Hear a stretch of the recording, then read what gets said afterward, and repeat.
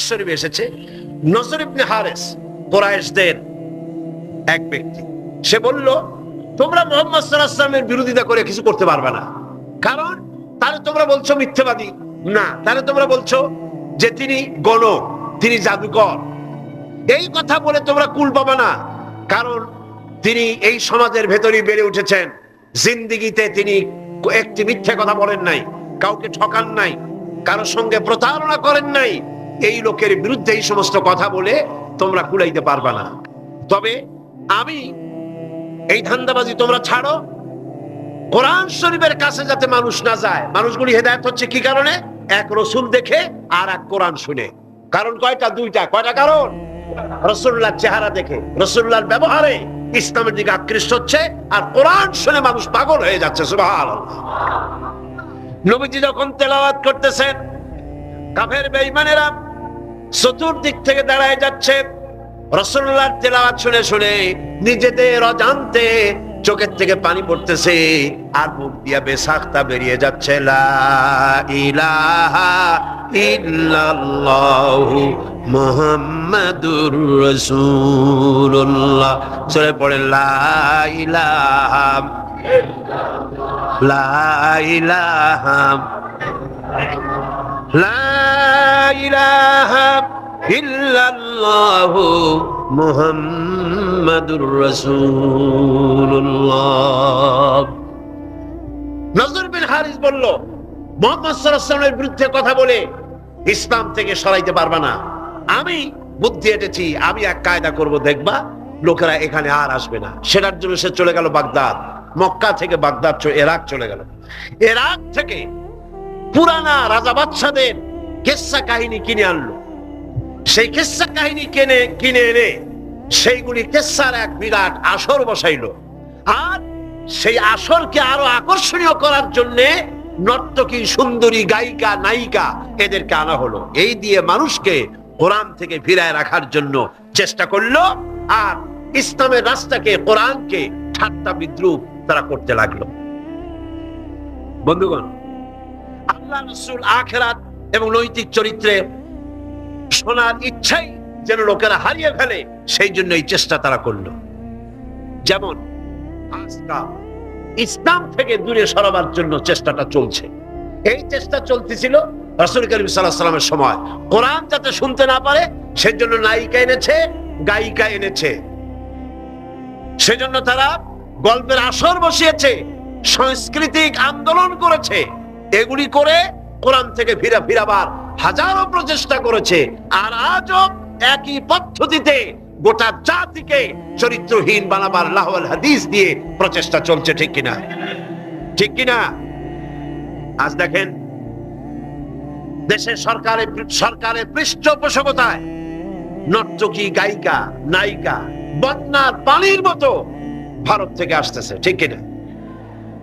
এরপরে আল্লাহর কোরআনের পথে বাধা দেওয়ার জন্য নাচ, গান, নাটক, সিনেমা ইত্যাদির আমদানি করা হচ্ছে। এগুলি করে ইসলামের পথে বাধার সৃষ্টি করা হচ্ছে। দর্শন বাড়তেছে, চরিত্রহীনতা ক্রমান্বয়ে বাড়তেছে। এগুলি সব হচ্ছে লাহওয়াল হাদিস। এগুলি কি বলুন? লাহওয়াল হাদিস। এই লাহওয়াল হাদিস থেকে আল্লাহ পাক বাঁচার জন্য বলেছেন, যারা কেনে এই লাহওয়াল হাদিস, যারা কেনে অর্থাৎ নিরর্থক, মনোমুগ্ধকর, আকর্ষণীয়, আল্লাহর পথ থেকে ফিরাবার যত ব্যবস্থা আছে সবগুলি হচ্ছে লাহওয়াল হাদিস। এগুলি তারা কেন করে? এগুলি করে লিয়ুদিল্লা আন সাবিলিল্লাহ, আল্লাহর রাস্তা থেকে মানুষগুলোকে ফিরাবার জন্য, আর কোনো কারণ নেই। মুন্সিগঞ্জে আমার এক মাহফিল ছিল, নারায়ণগঞ্জের এপার। সেই জায়গায় প্রোগ্রামটা আমার শুক্রবার দিন প্রোগ্রাম হবে সকাল 8টায়, একটা দোয়ার মাহফিল। সেই মাহফিলে গিয়ে রাতের বেলায় মঞ্চ, গেট পোড়াই দিয়েছে, মাহফিল যাতে না হতে পারে সেজন্য সরকারি ছত্র ছায়ায় এই কাজটি সেখানে করা হয়েছে। আমি শুনে বললাম, যারা এই কাজটা করলো তারা তো মাহফিলের প্যান্ডেলে আগুন দেয় নাই, নিজেদের তকদিরে আগুন লাগাইছে। নিজেদের তকদিরে আগুন লাগাইছে। জীবনে তো গানের প্যান্ডেলে আগুন দাও নাই, থিয়েটারের গেটে আগুন দাও নাই, জীবনে কোনোদিন যাত্রার প্যান্ডেল আগুন দাও নাই। সেই প্যান্ডেলটা আগুন দিলা যেখানে বসে কোরআনের কথা বলা হয়, যেখানে হাদিসের কথা বলা হয়। আগুন কপালে দিয়েছো, তকদিরে পোড়াইছো। যে হাত দিয়ে কোরআনের মাহফিলের মঞ্চর প্যান্ডেল পোড়ানো হয়েছে, এই হাত তো সাথে থাকার কথা নয়।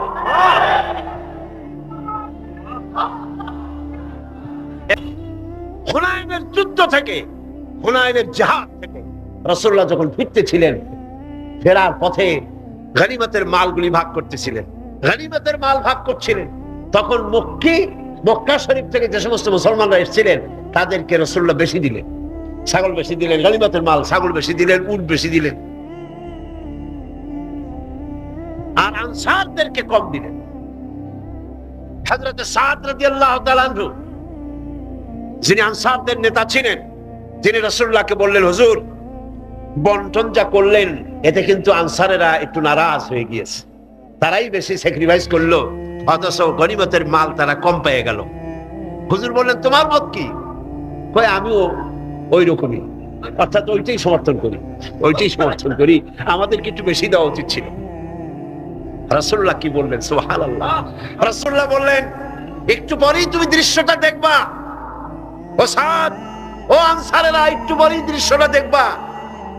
মক্কায় যারা ফিরে যাবে তারা নিয়ে যাবে উট, ভেড়া, ছাগল, আর মদিনায় যারা ফিরে যাবে তারা নিয়ে যাবে আল্লাহ রাসূলকে সাথে নিয়ে যাবে, আল্লাহ রাসূলকে সাথে নিয়ে যাবে। কোনটা বেশি?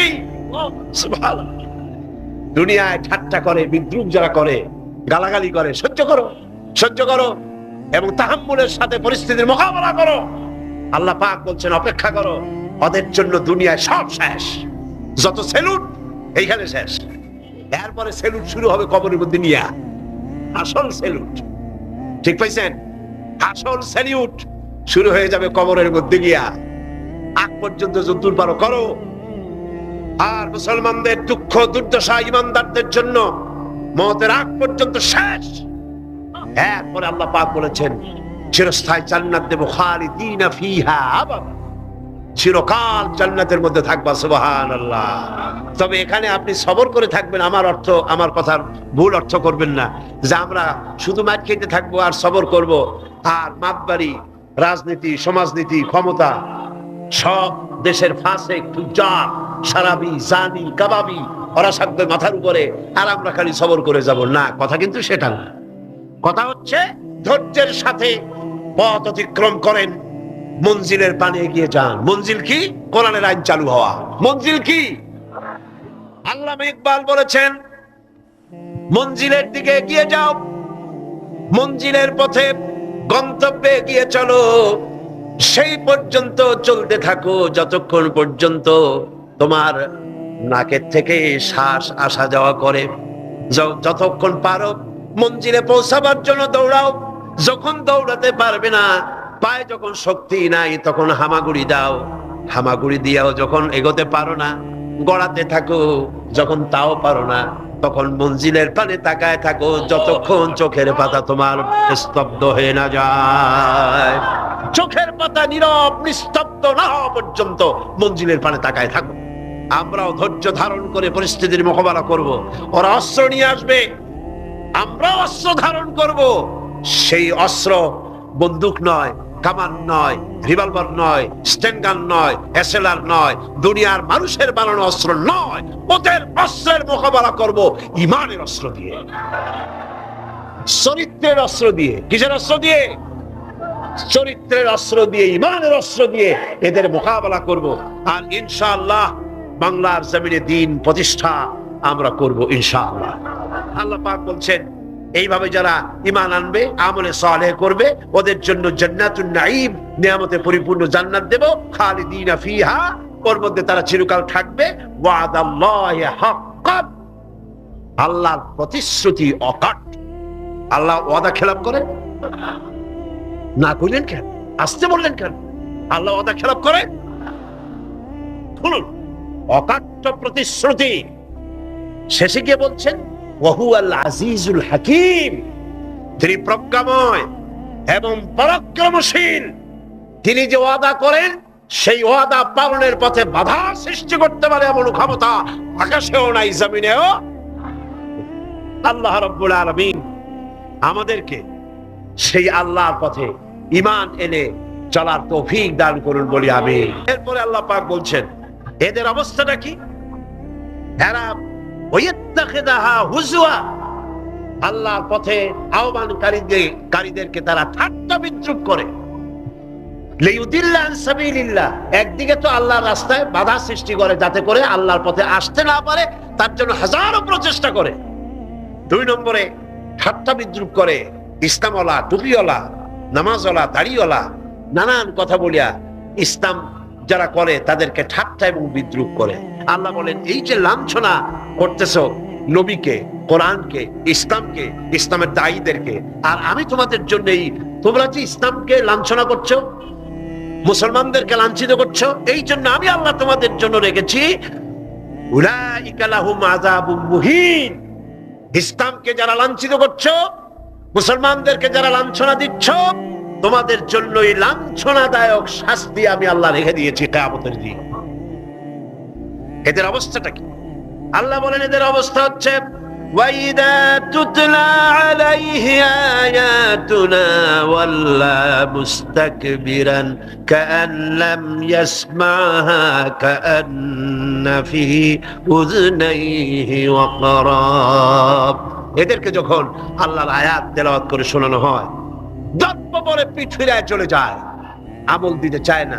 আল্লাহ বলেন এমন ভাবে অহংকারে ফিরে যায়, কাআন্না ফি উযনাইহি ওয়াকরা, মনে হয় যেন কানা বধির, শুনি নাই। ফাবাশশিরহু বিআযাবিন আলীম, এদেরকে কঠিন শাস্তির সুসংবাদ দাও। কঠিন শাস্তির কি দাও? কঠিন শাস্তির কি সুসংবাদ হয়? কি হয়? দুঃসংবাদ। আল্লাহ বলছেন কি? সুসংবাদ। এটা একটা দৃষ্টান্ত দিলে আপনারা বুঝবেন। আমি মাঝে মধ্যে এটা দৃষ্টান্ত দিয়ে এভাবে বুঝাই। ছেলে যদি মায় কন্ট্রোল করতে না পারে, খুব দুষ্ট ছেলে, মায় কন্ট্রোল করতে পারে না, মা তখন বলে আমার কথা তো শুনলি না, দাঁড়া অপেক্ষা কর, তোর বাবা আসবে, আমি তার কাছে বলবো। এমন পিঠটি লাগাবে, তখন মজা টের পাবি। পিটাইলে কি মজা লাগে নাকি? তাহলে এটা বলছে কেন? শাস্তির তীব্রতা বুঝাবার জন্য। সেই জন্য আল্লাহ পাক বলছেন ফাবাশশিরহু, এদেরকে সুসংবাদ শোনাও, পীড়াদায়ক, যন্ত্রণাদায়ক শাস্তি এদের জন্য রয়েছে যারা ইসলামের পথে বাধা দেয় আর ইসলামকে গিয়ে যারা ঠাট্টা বিদ্রূপ করে। মরিয়া দেখো, তারপরে টের পাবা। এখন তো কিছু আল্লাহ কবে না, আল্লাহ খুব আল্লাহর ধৈর্য আমাদের চাইতে কম না বেশি? সুবহানাল্লাহ, সুবহানাল্লাহ, কম সুবহানাল্লাহ। চিন্তা করা যায়, আল্লাহ যদি আমাদের মতো এরকমের বদমেজাজি হইতেন, মেজাজ খারাপ হইতো, কবে ভাঙ্গে চুরে সব শেষ করে ভালাইতেন। আল্লাহর কত ধৈর্য, সুবহানাল্লাহ, কত ধৈর্য। আল্লাহ অপেক্ষা করতেছেন, সময় দিচ্ছেন। ওয়ায়ামুদ্দুহুম ফি তুগয়ানিহিম ইয়ামাহুন, আল্লাহ পাক সার্কাসদেরকে, সীমা লঙ্ঘনকারীদেরকে ঢিল দিচ্ছেন, কর যদ্দুর পারিস কর।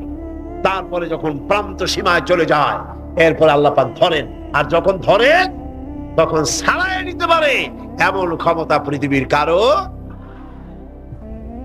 আল্লাহ পাক বলছেন ইন্নাল্লাযীনা আমানু ওয়া আমিলুস সালিহাতি লাহুম জান্নাতুন নাঈম খালিদিনা ফিহা ওয়াদাল্লাহি হাক্কান ওয়া হুয়াল আজিজুল হাকীম। নিশ্চয়ই যারা ঈমান এনেছে, আমলে সালেহ করেছে, তাদের জন্য রয়েছে নিয়ামতে পরিপূর্ণ জান্নাত। সুবহানাল্লাহ। গালাগালি সহ্য করো, তোমরা গালাগালি সহ্য করো, মার সহ্য করো, অত্যাচার সহ্য করো, জুলম সহ্য করো, সহ্য করো, আর নিজেদের কদমকে মজবুত করো, দিনকে প্রতিষ্ঠার পথে এগিয়ে যাও। আল্লাহ পাক বলছেন আমি তোমাদের জন্য নিয়ামতে পরিপূর্ণ জান্নাত রেখেছি, ওদের জন্য দুনিয়া, তোমাদের জন্য জান্নাত। সুবহানাল্লাহ। এই ঠেকাও আন্দোলন চলল। ফেরাউন মুসা আলাইহিস সালামকে ঠেকাইতে চাইল। মুসা আলাইহিস সালামকে ফেরাউন বলল, তুমি যে আল্লাহর নবী, একথা কেন বলো? তোমার সাহসটা কি? আমার বাড়ির দুধ কলা খেয়ে তুমি বড় হয়েছ, আমি তোমাকে বড় করলাম, আর আজকে তুমি নতুন করে ইলা একজন নিয়ে এসছো। তুমি যদি আমি ছাড়া কাউকে ইলা বলে মানো, লাআজআলান্নাকা মিনাল মাসজুনিন, অবশ্যই তোমাকে কারারুদ্ধ করে রাখবো, জেলখানায় ঢুকাই দেব। হযরত মূসা আলাইহিস সালাম বলেন, ফেরাউন রে, তুমি কারে ভয় দেখাও? তোমার জেলের ভয় দুনিয়ার অন্যরা করতে পারে, আমাকে তুমি চিনতে পারো নাই, আমি আল্লাহর পয়গম্বর, তোমার জেলের পরোয়া করি না। মূসা আলাইহিস সালামের সঙ্গে ফেরাউনের সংঘর্ষ শুরু হলো। মূসা আলাইহিস সালাম দরিয়ার কিনারে বসে উম্মতদেরকে তিনি হেদায়েত দিতেছেন, এমন সময় ফেরাউন তার দলবল নিয়ে এসেছে, তিন দিক থেকে ঘেরাও করেছে, পালাবার কোনো রাস্তা নাই। হযরতে মূসা আলাইহিস সালামের উম্মতেরা বলল, ইন্না লামুদরাকুন, আমরা ধরা পড়ে গেছি, আর তো পালাবার উপায় নাই, আর বাঁচার উপায় নাই, তিন দিক থেকে আক্রান্ত হয়েছে, আর সামনে সমুদ্র, যাব কোথায়? সামনে হচ্ছে নদী, পালাবো কোথায়? পালাবার তো জায়গা নাই, তিন দিক থেকে আটকা পড়েছে, এবার বুঝে মরে যাব। মূসা আলাইহিস সালাম বললেন, মোটেও ভয় পেও না, আল্লাহ আমাদের সাথে আছেন, রব্বি সায়াহদিন, আল্লাহ অবশ্যই আমাদের পথ দেখাবেন। জোরে কোন সুবহানাল্লাহ। মুমিনদের ভয় পাওয়ার কোনো কারণ আছে নাকি? দেখেন কি ঈমান, তিন দিক থেকে আক্রান্ত, পালাবার রাস্তা নাই। মূসা আলাইহিস সালাম বলছেন, ভয় পেও না, আল্লাহ আমাদের পথ দেখাবেন। আর আল্লাহ রাব্বুল আলামিন অর্ডার করে দিলেন, ও মূসা, হাতে যে লাঠি আছে ওই লাঠি দিয়ে দরিয়ার উপরে আঘাত করো। দরিয়ার উপরে তিনি আঘাত করলেন, দরিয়া ফেড়ে গেল, নদীর ভিতর থেকে একটা রাস্তা না 12টা রাস্তা তৈরি হয়ে গেল। এগুলি গল্প না কোরআন শরীফ আছে? কোথায় আছে? 12টা রাস্তা হয়ে গেল। মূসা আলাইহিস সালাম তার দলবল নিয়ে ওই রাস্তা দিয়ে আরামসে চলে যেতেছেন, নদীর ওপারে চলে যাবেন। এদিকে ফেরাউন চলে এসেছে, দরিয়ার কিনারে এসে রাস্তা দেখে আনন্দে মাতোয়ারা হয়ে গেছে। দেখলো যে বাহ, সুন্দর মোটরওয়ে, হাইওয়ে, বিরাট রাস্তা। সুতরাং সেও তার দলবল নিয়ে নেমে গেছে। দরিয়ার মাঝখানে যখন ফেরাউন এসেছে, মূসা আলাইহিস সালাম চলে গেছেন ওপারে, ও তখন মাঝখানে এসেছে। আল্লাহ রাব্বুল আলামিন পানির প্রতি অর্ডার করলেন, রাস্তা বন্ধ করে দে। রাস্তা হয়েছিল কার হুকুমে? আল্লাহ বলে দিলেন রাস্তা বন্ধ করে দে। এ পর্যন্ত বলার কোনো দরকার নাই, আল্লাহ যখন ইরাদা করেন বলেন কুন, আর সাথে সাথে হয়ে যায়।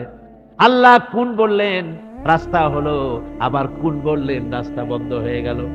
এবার পানির ভিতরে তুফান শুরু হয়ে গেল, বিরাট তরঙ্গমালার ভিতরে ফেরাউনের দলবল চুবনি খেয়ে ডুবে ডুবে মরে যেতেছে। ফেরাউন এবার একা বেঁচে, সব শেষ হয়ে গেছে, কেউ আর বেঁচে নাই। ফেরাউন একবার উপরে ওঠে, আর একবার নিচে চলে যায়, চুবনি খেতে খেতে পেট তো রীতিমতো পটকা মাছের মতো মোটা হয়ে গেছে। মুখ দিয়েও পানি পড়ে, নাক দিয়েও পানি পড়ে, বাঁচার কোনো উপায় নাই। দেখে ফেরাউন এবার বলতেছে, আমানতু আন্নাহু লা ইলাহা ইল্লাল্লাযী আমানাত বিহি বানু ইসরাঈল, আমি ঈমান এনেছি আল্লাহ ছাড়া কোনো ইলাহ নাই, ওই আল্লাহর উপর ঈমান এনেছি যে আল্লাহর উপর ঈমান এনেছে বানু ইসরাঈলেরা। ওয়া আনা মিনাল মুসলিমিন, আর আমি তো মুসলমান। এরপরও ফেরেশতারা আমারে চুবায় কে? আমি তো মুসলমান। আল্লাহ রাব্বুল আলামিন শুনায় দিলেন, আল আন ওয়াকাদ আসাইতা ক্বাবলু ওয়া কুনতা মিনাল মুফসিদিন।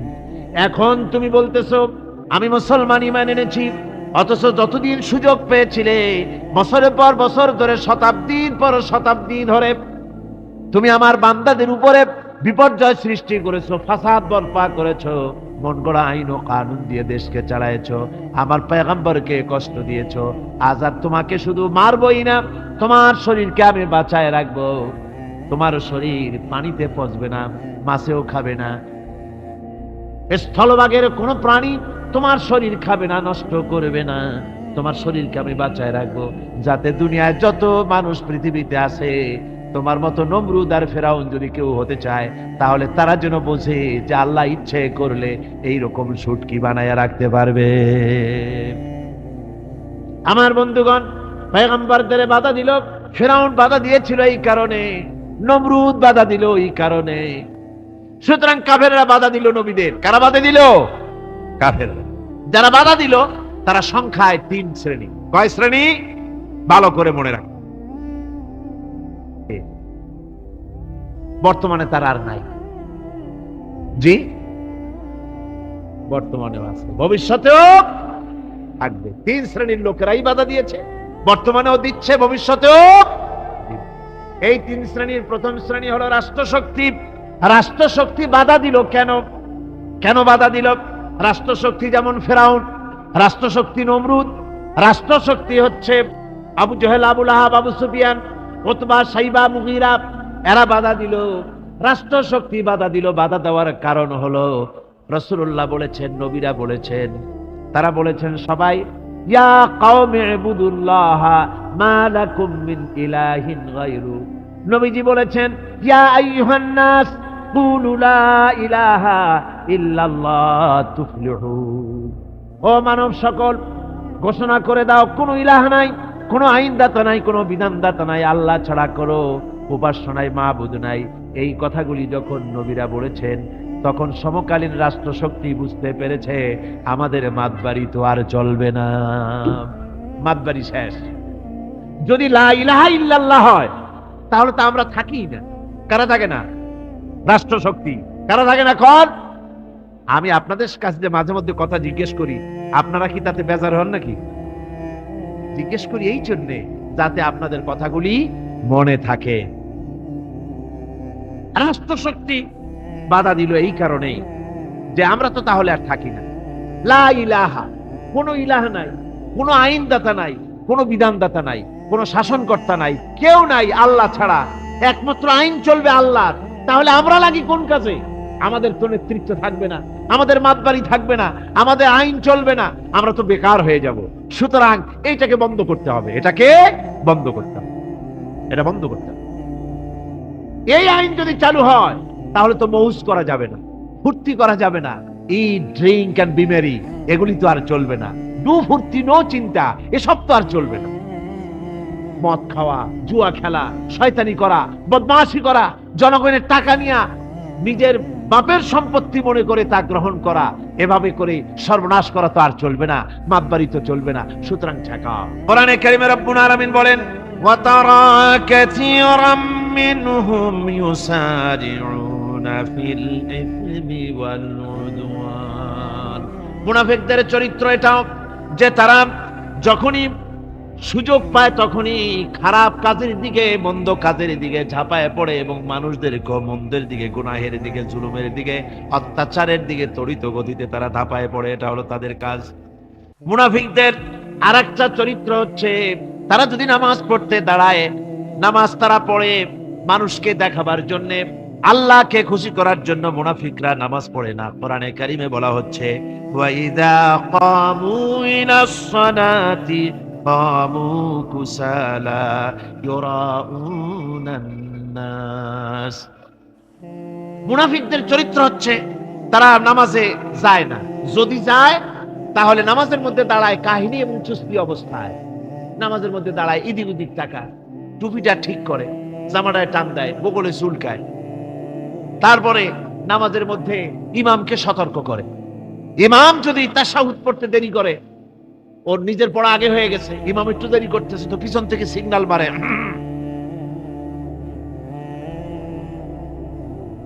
এগুলি নামাজ হচ্ছে, আল্লাহ পাক বলছেন ইউরাউনান নাস, এরা মানুষকে দেখাবার জন্য নামাজ পড়ে, এগুলি আসল নামাজ নয়, এগুলি আসল নামাজ নয়, আল্লাহকে সন্তুষ্ট করার জন্য নয়, এগুলি মানুষকে দেখাবার জন্য তারা নামাজ পড়ে। আমার ভাইরা, ইসলামের চরিত্রগুলি, কাজগুলি তারা করতে চায় না। সব সময়ের জন্য ইসলামের সঙ্গে বিরোধিতা করা এবং ইসলামের অপব্যাখ্যা করা, এগুলি হচ্ছে এই মুনাফিকদের চরিত্র, মুনাফিকদের কাজ। মুনাফিকরা চিরটা কাল এভাবে মুসলমানদের সঙ্গে খারাপ ব্যবহার করে এসছে এবং নিজেরা জাহান্নামের পথকে এভাবে তারা করে নিয়েছে।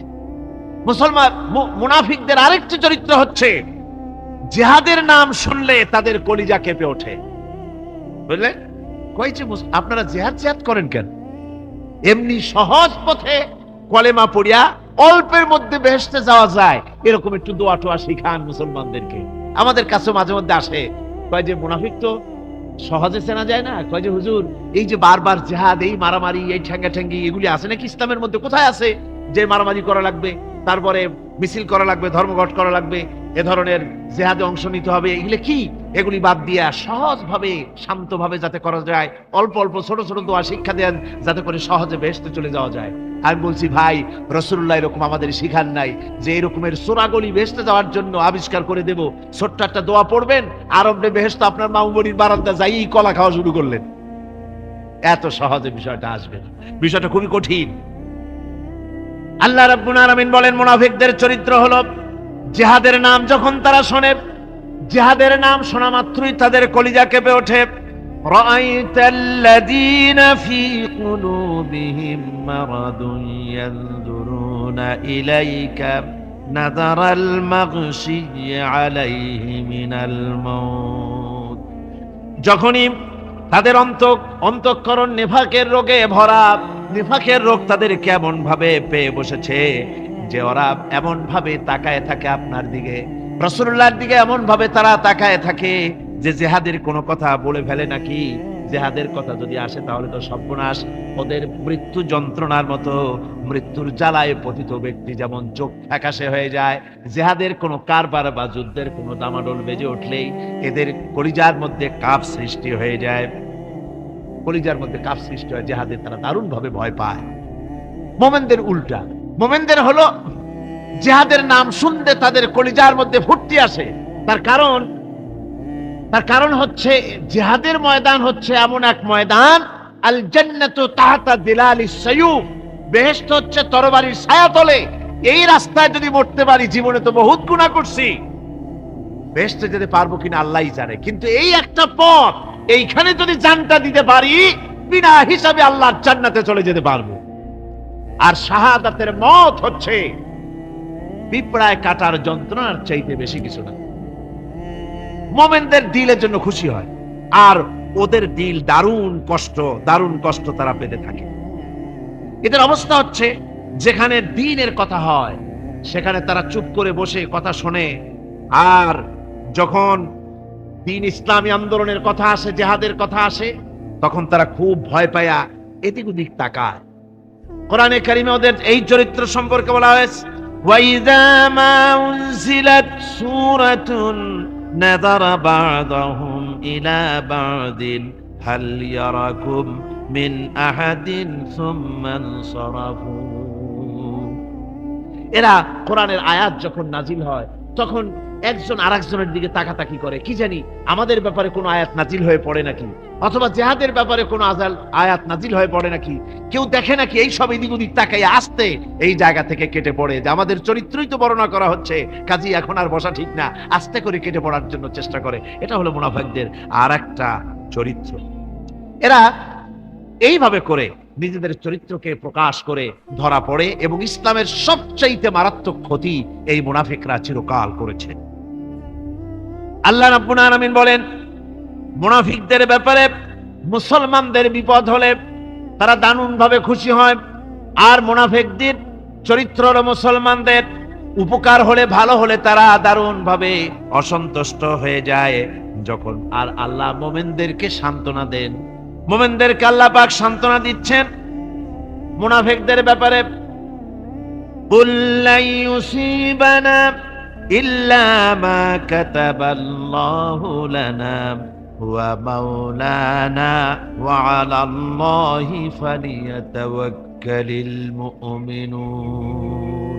মুনাফিকদের শোনায় দাও, মুমিনদেরকে বলা হচ্ছে তোমরা মুনাফিকদের শোনাও যে তোমরা যে আমাদের ব্যাপারে খুশি হচ্ছ, যে আমাদের বিপদ দেখে, আমাদের চতুর্দিক থেকে বিপদ, মুসলমানদের আর চতুর্দিক থেকে কি বিপদ, এই বিপদ দেখে তোমরা দারুণ খুশি যে মুসলমানেরা এইবার মার খাচ্ছে, ইসলামী আন্দোলন আর কোমর সোজা করে দাঁড়াতে পারবে না, এইবার শেষ, বুদ্ধি করে আর যে ষড়যন্ত্রের জালে আটকায় দিছি আর মুক্তি হবে না, এই যে তারা খুশি। আল্লাহ রাব্বুল আলামিন বলেন মুমিনেরা তোমাদের ঘাবড়াবার কোনো কারণ নাই, তোমরা বলে দাও কুল লা ইউসিবানা ইল্লা মা কাতাবাল্লাহু লানা তোমরা শোনায় দাও যে আমাদের কিছুই হয় না, আমাদের শুধু তাই হয় যে আল্লাহ রাব্বুল আলামিন আমাদের জন্য লিখে রেখেছে, আমাদের তাকদীরে যেটা আছে ওটাই হবে, এর থেকে বেশি কিছুই হবে না। তিনি আমাদের মাওলা, তিনি আমাদের মনিব, তিনি আমাদের প্রভু, আর সমস্ত মুমিনদের উচিত সে আল্লাহর উপরই নির্ভর করা। তবে তোমরা জেনে রাখো, তোমরা আমাদের জন্য যে জিনিসের অপেক্ষা করছো, কুল হাল তারাব্বাসুনা বিনা ইল্লা ইহদাইল হুসনাইন, তোমরা আমাদের জন্য যে জিনিসের অপেক্ষা করতেছো, আল্লাহ বলছেন মুমিনেরা তোমরা বলো, তোমরা মুনাফিকদের বলো যে আমাদের ব্যাপারে তোমরা যে জিনিসের অপেক্ষা করছো তার দুটি ভালোর একটি ছাড়া কি, অর্থাৎ তোমরা আমাদের জন্য অপেক্ষা করতেছো আমরা যেন মরে যাই, আমরা যেন শেকস্ত খাই। তো আমরা যদি পৃথিবীতে মরে যাই তাহলে তো আমরা শহীদ হয়ে গেলাম, আর আমরা যদি বেঁচে থাকলাম তো আমরা তো গাজী হয়ে গেলাম।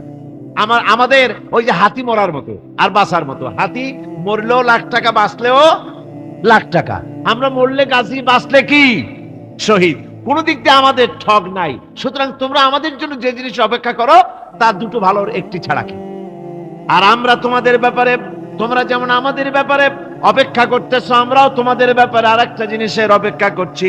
ওয়া নাহনু নাতারাব্বাসু বিকুম আইয়ুসিবাকুমুল্লাহু বিআযাবিম মিন ইনদিহি আও বিআইদিনা, আমরাও তোমাদের জন্য অপেক্ষা করতেছি একটা জিনিসের। তোমরা আমাদের জন্য দুটি জিনিস অপেক্ষা করো, আমরাও তোমাদের জন্য দুটি জিনিস অপেক্ষা করছি। তা হচ্ছে তোমাদের শাস্তিটা আল্লাহ নিজে দিবেন না আমাদের হাত দিয়ে দেওয়াবেন, আমরা সেইটার অপেক্ষা করতেছি। ফাতারাব্বাসু ইন্না মাআকুম মুতারাব্বিসু, সুতরাং তোমরা অপেক্ষা করতে থাকো, আমরা অপেক্ষা করতে থাকি। ব্যাপারটা কোথায় গিয়ে দাঁড়ায় আসো আমরা সকলে তা লক্ষ্য করি। সুতরাং এই মুনাফিকদের এই হচ্ছে চরিত্র, চিরকাল ইসলামের সঙ্গে বিরোধিতা করা, মুসলমানদের সাথে ঠাট্টা বিদ্রুপ করা, এটাই হচ্ছে তাদের চরিত্র। এই চরিত্র দিয়েই তারা ইসলামকে চিরকাল ক্ষতিগ্রস্ত করে এসেছে। রাসূল পাক সাল্লাল্লাহু আলাইহি ওয়াসাল্লাম এই মুনাফিকদের সম্পর্কে বলেছেন যে মুনাফিকরা হচ্ছে ইদা হাদা গাদারা, যখন তারা ওয়াদা করে সে ওয়াদাকে তারা খেলাফ করে, এটা হচ্ছে মুনাফিকদের একটা চরিত্র। তারপরে তাদের কাছে কোন জিনিস আমানত রাখলে, ইদা উতুমিনা খান, যখন আমানত রাখা হয় সে আমানতের তারা খেয়ানত করে। তারপরে যখন তারা ঝগড়ায় লিপ্ত হয় তখন তারা পরস্পরকে গালাগালি করে। আর যদি তারা কথা বলে, কথার মধ্যে কথায় কথায় তারা মিথ্যে কথা বলে। এই হচ্ছে মুনাফিকদের চরিত্র। এরপরে মুনাফিকরা শুধু রুজি রুটি আর পেট নিয়েই তারা ব্যস্ত থাকে। মুনাফিকদের এই চরিত্র কোরআন এবং হাদিসে আল্লাহ রাব্বুল আলামিন স্পষ্ট করে মানুষের সামনে তুলে ধরেছেন, যাতে করে আমরা মুনাফিকি চরিত্র থেকে রক্ষা পেতে পারি। এই মুনাফিকদের সম্পর্কে সর্বশেষ কথা, আল্লাহ রাব্বুল আলামিন যেহেতু মুনাফিকরা ইসলামের সবচাইতে বেশি ক্ষতি করেছে, সেই জন্য আল্লাহ রাব্বুল আলামিন নবীকে বলেছেন যে আপনি যদি এদের ব্যাপারে ইস্তাগফির লাহুম আও লা তাস্তাগফির লাহুম ইন তাস্তাগফির লাহুম ৭০ মাররাতান ফালান ইয়াগফিরাল্লাহু লাহুম, আপনি যদি এদের জন্য ক্ষমা চান, আর ক্ষমা আপনি নাই চান, এমনকি ৭০ বারও যদি আপনি মুনাফিকদের জন্য আমি আল্লাহর কাছে ক্ষমা প্রার্থনা করেন, আমি আল্লাহ রাব্বুল আলামিন মুনাফিকদেরকে ক্ষমা করে দেব না। মুনাফিক হচ্ছে চরমভাবে ক্ষতিগ্রস্ত, দুনিয়াও ক্ষতিগ্রস্ত হবে, আখিরাতেও তারা ক্ষতিগ্রস্ত হবে। আল্লাহ পাকের কত বড় কথা যে কিয়ামত পর্যন্ত মুনাফিকদের জন্য হুজুর সাল্লাল্লাহু আলাইহি ওয়াসাল্লামকে বলা হচ্ছে যে ৭০ বারও যদি তাদের জন্য আপনি আমার কাছে ক্ষমা চান, আমি মুনাফিকদেরকে কখনো ক্ষমা করব না। সুতরাং আমাদেরকে বুঝতে হবে মুনাফিকি চরিত্র সবচাইতে নিকৃষ্ট চরিত্র, আর এই চরিত্রে আল্লাহ পাক সবচাইতে বেশি অসন্তুষ্ট হন। আল্লাহ পাক তাই বলছেন, কাবুরা মাকতান ইনদাল্লাহি আন তাকুলু মা লা তাফআলুন, আল্লাহর কাছে সবচাইতে বেশি ক্রোধ উদ্রেককারী এই ব্যাপারটাই যে তোমরা যা বলো তা তোমরা করো না, এটা বড় মারাত্মক ব্যাপার, আল্লাহ এটাকে সহ্য করেন না। সুতরাং মুমিনদেরকে আয়াত থেকে শিক্ষা গ্রহণ করতে হবে, মুনাফিকি ছাড়তে হবে, আনুগত্য করতে হবে, সবটাই আল্লাহর। কার আনুগত্য হবে? আল্লাহ এবং রাসূলের আনুগত্য জীবনের সকল ক্ষেত্রেই করতে হবে। এটাই মুসলমানদের জন্য ঈমানের সবচেয়ে বড় দাবি। তারপরে রব্বুল আলামিন বলেন, ইন্নাল্লাহা ইউহিব্বুল্লাযীনা ইউকাতিলুনা ফি সাবিলিহি সাফফান কাআন্নাহুম বুনিয়ানুম মারসুস। আল্লাহ পাক বলছেন, আল্লাহ নিশ্চয়ই ভালোবাসেন সেই সব লোকদেরকে যারা কাতারবন্দী হয়ে আল্লাহর রাস্তায় লড়াই করে, সীসা ঢালা প্রাচীরের মতো ইস্পাত কঠিন দৃঢ় হয়ে যারা কাতারবন্দী হয়ে সুসংবদ্ধ হয়ে আল্লাহর জন্য যারা লড়াই করে। এখানে বলা হচ্ছে যে লড়াইটা হবে আল্লাহর জন্য, সংগ্রাম হবে কার জন্য? ইউকাতিলুনা ফি সাবিলিহি। লড়াই কিন্তু লড়াইটা কখনই দেশ দখল করা, তা আবার মানুষের তৈরি করা আইন কানুন প্রতিষ্ঠার জন্য দেশ দখল করার সংগ্রাম, মানুষের তৈরি করা মতবাদকে প্রতিষ্ঠা করার সংগ্রাম, এই জাতীয় যত রকমের সংগ্রাম আছে, যত রকমের জিহাদ আছে, এই সমস্ত সংগ্রামকে, লড়াইকে ইসলাম জায়েজ করে না। এগুলি মুসলমানদের জন্য একদম নিষিদ্ধ।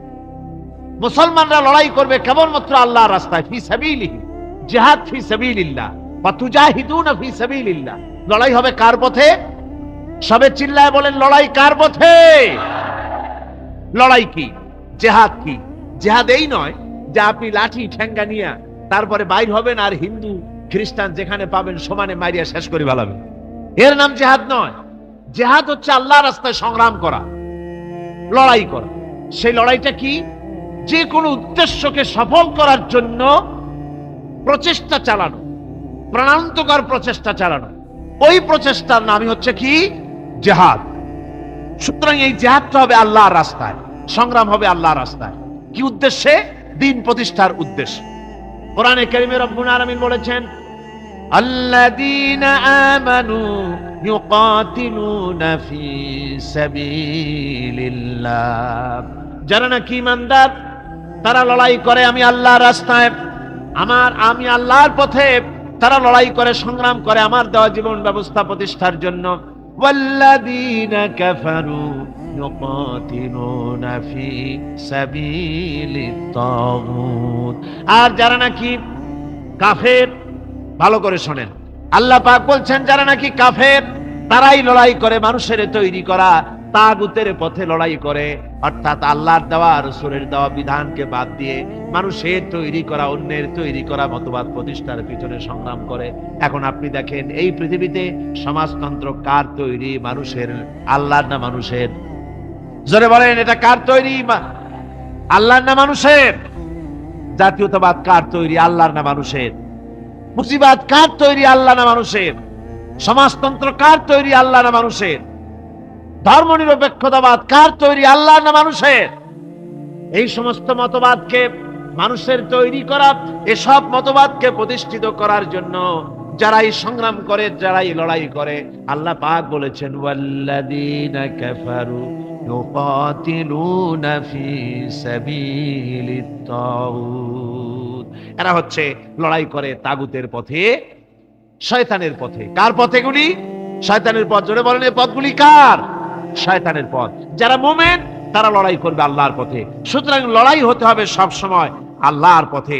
আর সেই লড়াই বিচ্ছিন্ন ভাবে নয়, কাতারবন্দী হয়ে সুসংহত সাংগঠনিক প্রক্রিয়ায় সুশৃঙ্খল ভাবে সাংগঠনিক ফয়সালা সিদ্ধান্তকে মেনে নিয়ে আমিরের হুকুমকে অনুসরণ করে ঐক্যবদ্ধভাবে যদি লড়াই হয়, সে লড়াইয়ে বিজয় আসবে আল্লাহর পক্ষ থেকে। বিচ্ছিন্ন ভাবে নয়, ঐক্যবদ্ধ ভাবে কাজ করতে হবে। এই আয়াতের মূলনীতির ভিত্তিতে রাসূল পাক সাল্লাল্লাহু আলাইহি ওয়াসাল্লামের নেতৃত্বাধীন এমন এক মহা সামরিক শক্তি গড়ে উঠেছিল, যার সামনে তদানীন্তন রোম, পারস্য পদানত হয়েছিল। সুবহানাল্লাহ পড়ে। সুতরাং এমন একটি বাহিনী গড়ার জন্য মুমিনদের প্রতি বলা হচ্ছে যে তোমরা হবে সেই ধরনের বাহিনী যারা নাকি লড়বে আল্লাহর রাস্তায়, আল্লাহর পথে লড়াই করবে নিজেদের জান এবং মাল দিয়ে, ঐক্যবদ্ধভাবে।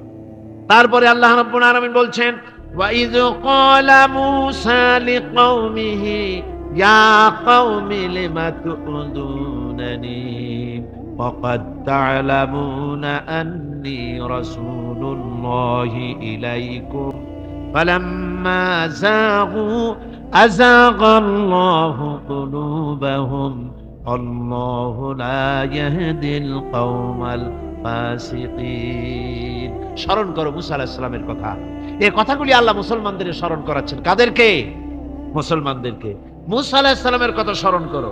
তিনি তার কওমদেরকে বললেন, হে কওম, হে আমার জাতি, তোমরা কেন আমাকে উৎপীড়িত করছো, কেন আমাকে কষ্ট দিচ্ছ?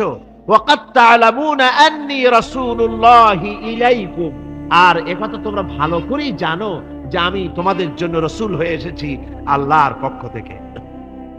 বন্ধুগণ, কোরআনে কারীমে একথা বলা হয়েছে, সর্বত্র প্রায় এসেছে, নবীদের উপরে সমকালীন যুগের লোকেরা নবীদেরকে কষ্ট দিয়েছে, মুসিবত দিয়েছে।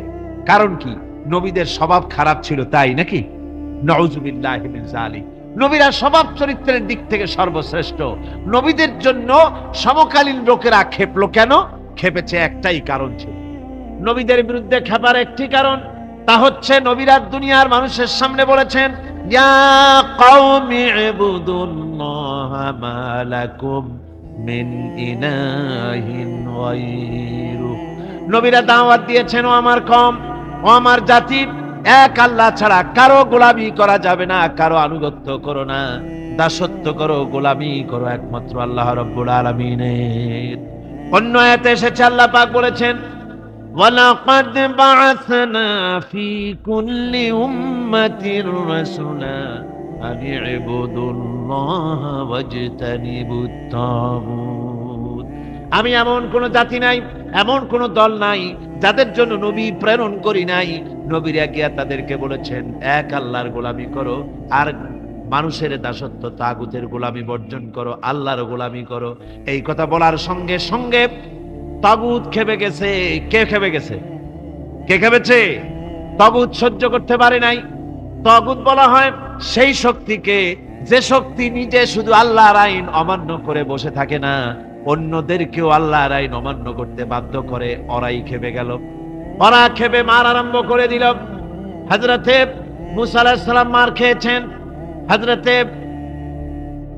হযরতে মুসা আলাইহিস সালাম, হযরতে ঈসা আলাইহিস সালাম, ইব্রাহিম আলাইহিস সালাম, নূহ আলাইহিস সালাম, এমন কোন পয়গম্বর আছেন যিনি মার খান নাই? কোরআনে কারীম বলা হচ্ছে, ইয়া হাসরাতান আলাল ইবাদ মা ইয়াতিহিম মির রাসূলিন ইল্লা কানু বিহি ইস্তাহজিউন।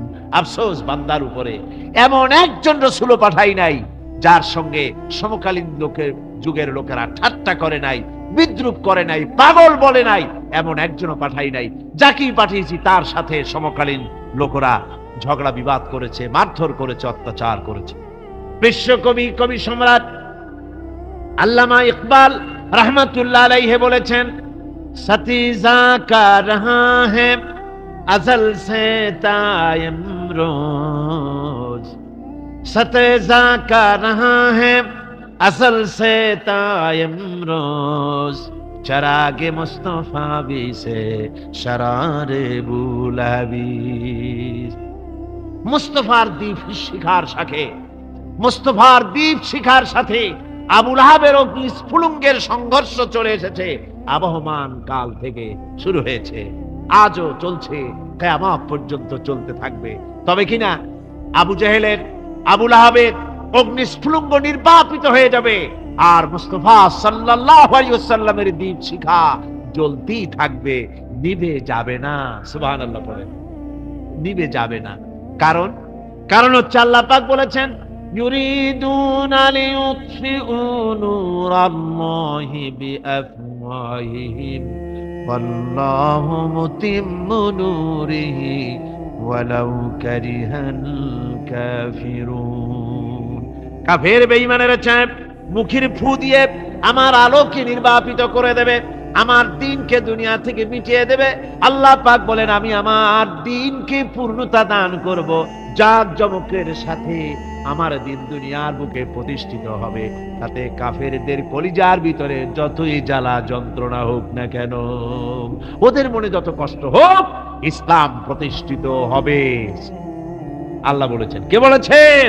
আল্লাহ পাক, আমি আমার দ্বীনকে পূর্ণতা দান করব। আপনারা জানেন অঙ্ক পরীক্ষার দিন যাদের অঙ্ক রাইট হয় না, ভুল হয়, তাদের ভুলগুলি হয় নানান প্রকার। আর যাদের অঙ্ক রাইট হয় তাদের রেজাল্ট, তাদের ফলাফলটা কয়রকম হয়? একরকম হয়। এই জন্য হকের পথ, নূরের পথ, আলোর পথ একটি, আর অন্ধকারের পথ অনেক। সেজন্য আল্লাহ তাআলা বলছেন যে আমি কোরআন নাজিল করেছি এই জন্য যাতে করে আপনি মানব মণ্ডলীকে অন্ধকার থেকে আলোর দিকে নিয়ে আসতে পারেন। এ হলো এক। 2 নম্বরে, কোরআন নাজিলের 2 নম্বরের উদ্দেশ্য হচ্ছে তাহা মা আনজালনা আলাইকাল কুরআনা লিতাশকা। হে নবী, কোরআন আমি এই জন্য নাজিল করি নাই যে কোরআন আপনার ভাগ্যকে বিপর্যস্ত করে দেবে। কোরআন নাজিল হয়েছে মানুষের ভাগ্যকে পরিবর্তন করে দেবে বলে। তো কোরআন নাজিলের উদ্দেশ্য হলো ভাগ্য পরিবর্তন করা, মানুষের দাসত্বের শৃঙ্খল থেকে মুক্ত হওয়া, এক আল্লাহর গোলামি করা, এবং এর মূল উদ্দেশ্য হচ্ছে অন্ধকার সমূহ থেকে আলোর দিকে নিয়ে আসা। এবং সেই কাজটি নবী করিম সাল্লাল্লাহু আলাইহি ওয়াসাল্লাম করেছিলেন। কোরআন এটি মানব রচিত নয়। কোরআন কার? কোরআনের ভিতরে যত বাণী আছে, বাণীগুলি কার? বলেন সবাই। আল্লাহ তাআলা বলছেন মা ইয়ানতিকু আনিল হাওয়া ইন হুয়া ইল্লা ওয়াহয়ু ইউহা। আমার নবী কোরআনের নামে যে কথাগুলি বলেন সেগুলি ওহী। তিনি নিজের থেকে বানিয়ে কোনো কথা বলেন না। যদি নিজের থেকে বানায়া কোরআনের ভিতরে একটি কথাও যদি তিনি ঢুকায় দিতেন, তাহলে আমি তার ডান হাতকে চেপে ধরতাম এবং তার কণ্ঠনালীকে আমি কেটে ফেলে দিতাম। সুবহানাল্লাহ। তাহলে কোরআনের মধ্যে কোনো ভুল নাই। আল্লাহ তাআলার দরবারে লাখো কোটি শুকর আদায় করছি যে মহান আল্লাহ তাবারক ওয়া তাআলা দুবাই সরকারের আমন্ত্রণে আপনাদের খেদমতে আল্লাহর নগণ্য গোলামকে হাজির করে দুবাই ন্যাশনাল ঈদ গ্রাউন্ডের এই বিশাল ময়দানকে কানায় কানায় পূর্ণ করে দিয়েছেন। আমরা আল্লাহ শুকরার্থে বলি আলহামদুলিল্লাহ। মোহব্বতের সাথে আবারও বলেন আলহামদুলিল্লাহ। রব্বানা লাকাল হামদ হামদান কাসীরান তাইয়্যিবান মুবারাকান ফীহি।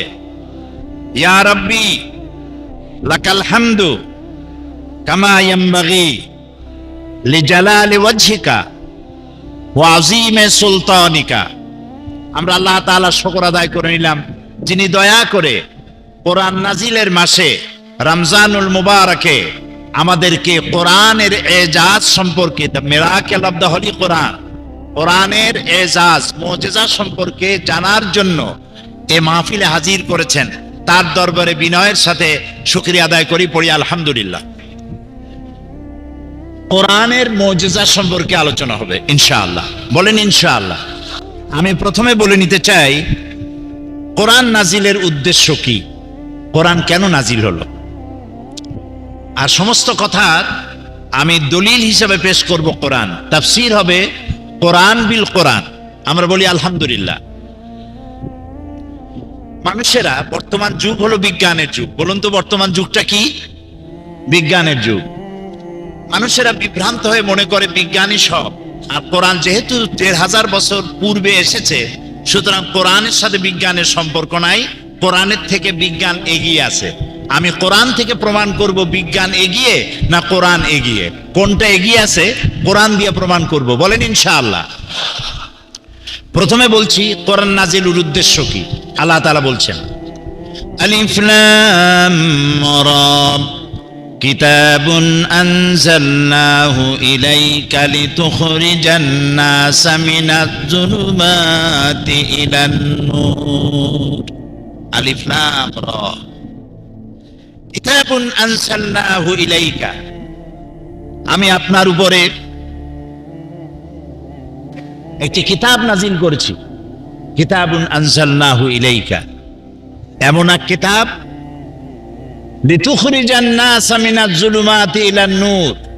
এই কিতাবকে নাজিল করা হয়েছে লাগি কিতাবুন আনজালনাহু ইলাইকা লিতুখরিজান নাস, যাতে করে আপনি মানব মণ্ডলীকে বের করে আনতে পারেন মিনাজ যুলুমাতে থেকে ইলান নূর, যাতে করে আপনি মানব মণ্ডলীকে অন্ধকার সমূহ থেকে আলোর দিকে নিয়ে আসতে পারেন। এই জন্য আমি কোরআন নাজিল করেছি। বলুন সুবহানাল্লাহ। কোরআন নাজিলের উদ্দেশ্য হলো মানব মণ্ডলীকে অন্ধকার থেকে আলোর দিকে নিয়ে আসা। অন্ধকার কি? অন্ধকার হচ্ছে মানব রচিত যত মতবাদ আছে পৃথিবীতে, সমস্ত মানব রচিত মতবাদ হচ্ছে অন্ধকার। আর ইসলাম হচ্ছে নূর। আল ইসলাম নূরুন, ইসলাম হচ্ছে আলো। আল্লাহ তাআলা কোরআনে কারীমের মধ্যে অন্ধকার বুঝাবার জন্য অন্ধকারকে বহু বচনে ব্যবহার করেছেন, জুলুমাত বলেছেন, কিন্তু আলোর ব্যাপারে তিনি এক বচন ব্যবহার করেছেন। আলোর বহু বচন হলো আনোয়ার, নূরের বহু বচন আনোয়ার। এই শব্দ তিনি ব্যবহার করেন নাই কোরআনে কারীমে। তার মানে হচ্ছে ভুলের অনেক পথ হয়, আর যেটা রাইট সেটার পথ এক হয়।